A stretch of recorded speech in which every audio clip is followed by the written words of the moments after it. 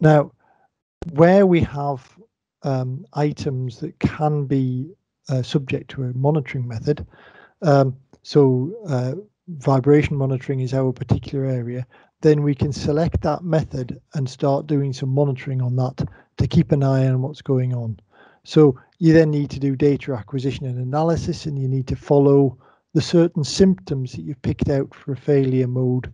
This is a study from a large, slow rolling element bearing, and you can see, you can pick out the stages of the damage as the bearing wears out, and you have around about a year's notice there between the first symptoms appearing and the point where the bearing really does need changing out. So this is a way of buying time that allows you to do better planning. In the marine world, it means knowing which port it is where you'll be able to do that change, or which maintenance outage you would be able to fit that change into. And it's about optimizing the availability of the machine until that time when you can do the maintenance.